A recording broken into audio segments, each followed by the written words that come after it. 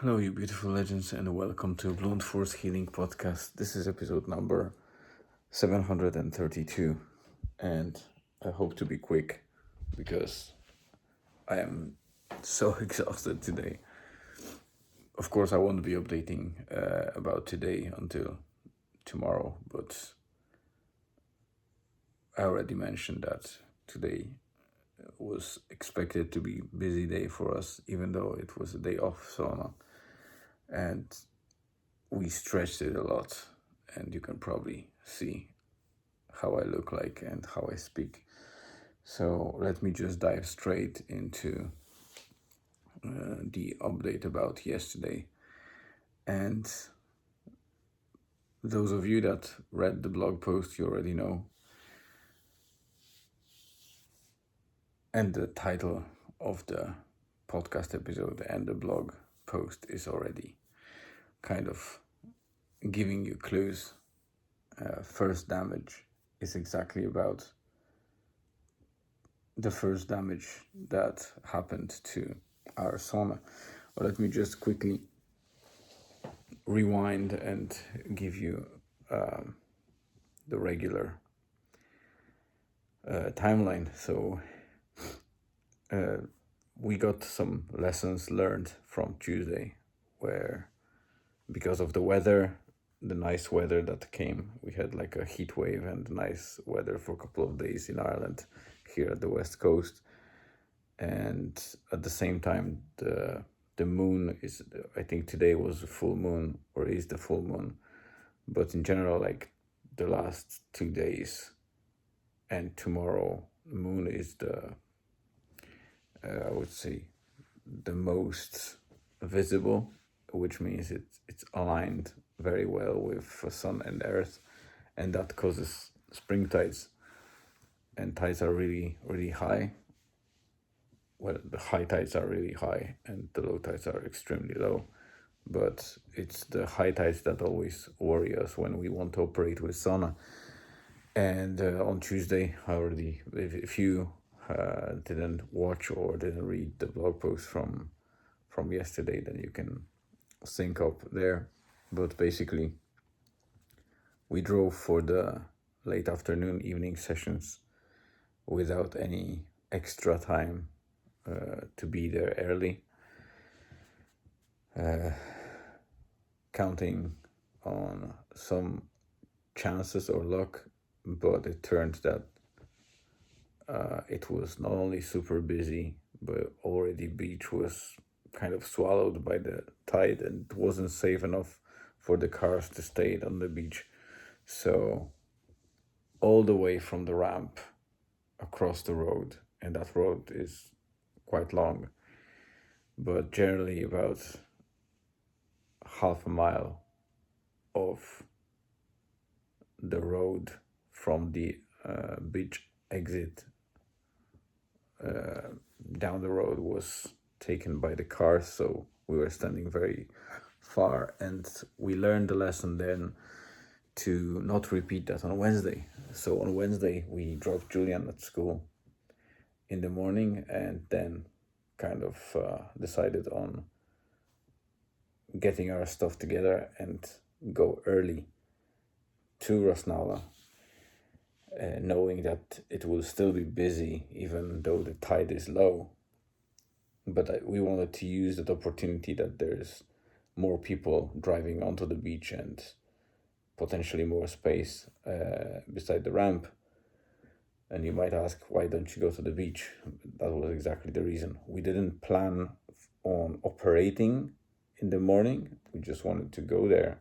My wife went for a walk and I was waiting to get space closer and closer and finally get some decent spot near the ramp or exit to the beach to detach the sauna, leave it there, close it, and leave it there for evening sessions and just come back after picking Julian from school. And this is exactly what we did.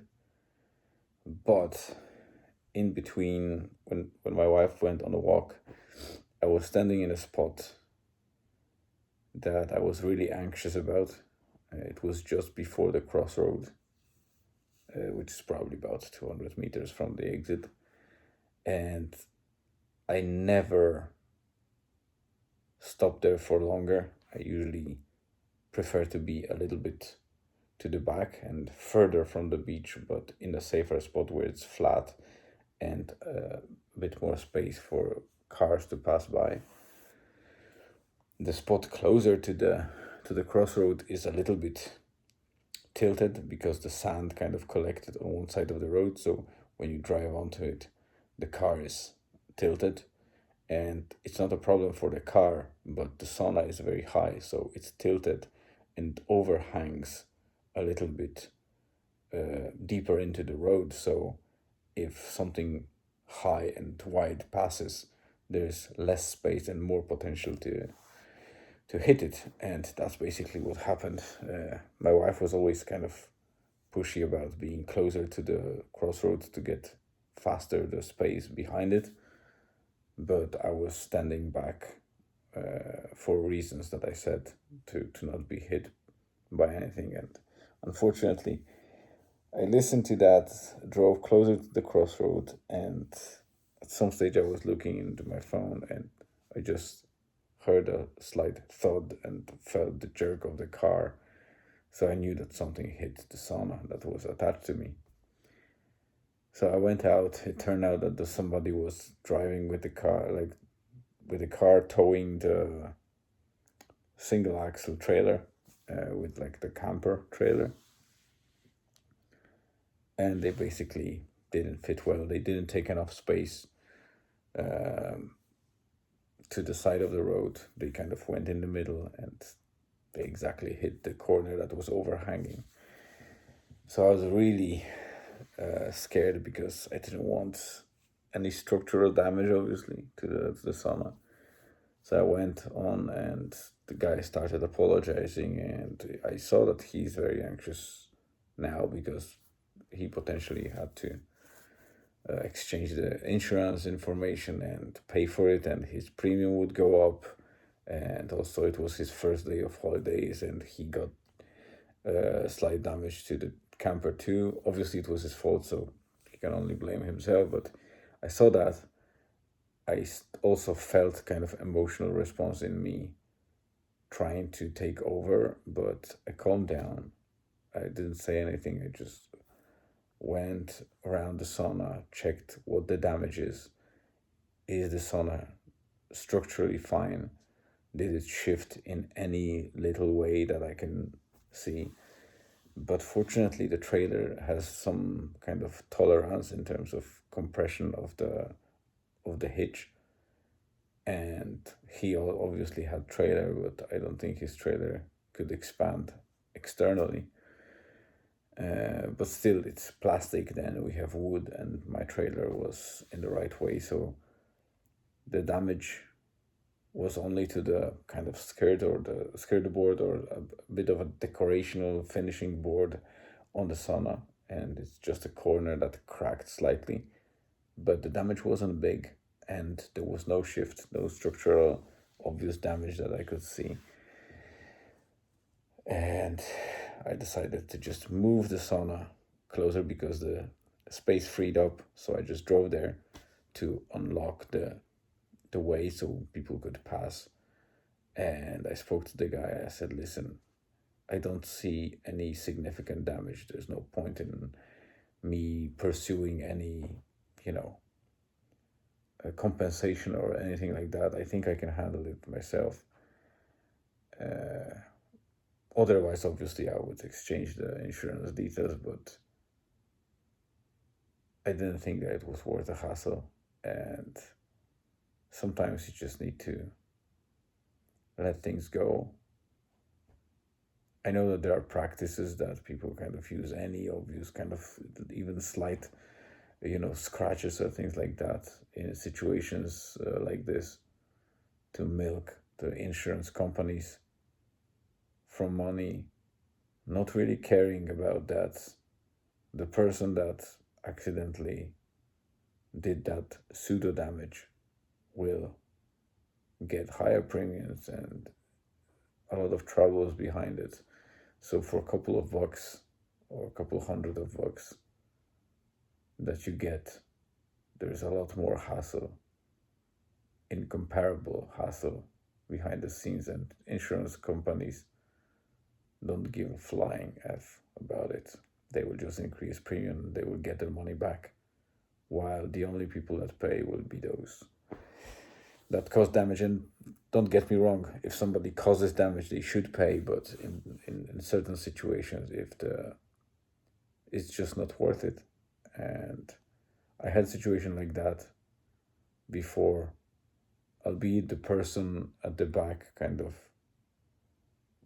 in theory, hit my back. It was me reversing slightly into their bumper. And they could find the scratch. They could do the same thing, like, just try to milk the money out of it. But it was a bit kind of burst of emotions first, but then we kind of discharged the whole situation, and we went our ways without any problems. And I thought that this is exactly when I can kind of pay it back as well. And I knew that in the future it might turn as a bad karma. So I don't believe in karma in general, but I just use that word to say that, it might get back to you in one way or the other. So I'm always on the side that unless there's a real damage that I need to pay a lot of money, somebody literally caused it and they had to pay, But in this situation, it's just a board that I can replace, and it will probably not cost me much. For now, the damage is not even worth replacing, to be honest. So I skipped it. I shook his hand. I said, listen, enjoy your holidays. I hope your damage is not structurally affecting the van or not causing any leaks, because cosmetic things are not a problem. More worried about structural. And yeah, he went his way, I went mine. Later on, I was probably third spot from the ramp, and in front of me there were two vans, and these were guys that were hydrographers. They were tracing or mapping the coast. Very cool dudes. I had a chat with them, and we agreed that I will detach the sauna, I will drive off, and they will just kind of pull a little bit back to secure that space and make sure that nobody takes or kind of blocks my trailer from picking it later in the evening. And we left to pick Julian from school. I dropped Julian and Ella at home, and they took care about the dinner, and I went back to Rusnala. I was fortunate that there was still space directly behind the sauna, so I stopped there and served people normally, as usual. There was no specific or highlights or events worth mentioning. So afterwards, it was beautiful sunset and dusk, and the moon was amazing. Later on, this guy drove for some late dinner, so I used that opportunity that we exchanged the spaces. Well, there was not many people out there anyway. So he drove off, I attached the sauna and came back home. That was pretty much it. So I was expecting this episode to be shorter, as I mentioned in the beginning, but I already see it's 14 minutes, so quite a long one. But yeah, this is a significant milestone that I wanted to highlight. First damage of the sauna, like a real damage.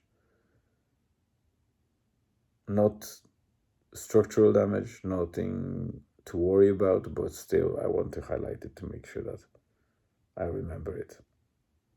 Not sure for what, but so far we were able to avoid it, and unfortunately this time it happened, but it doesn't affect the sauna. We are still going to operate. We took today off because Thursday was my wife's birthday and also birthday of this channel, but I will probably leave it for tomorrow. So that's it for today. Thank you very much for staying with me and listening to all those mumbling. Have a great rest of the day, afternoon, evening, wherever you are. Stay tuned and see you again tomorrow.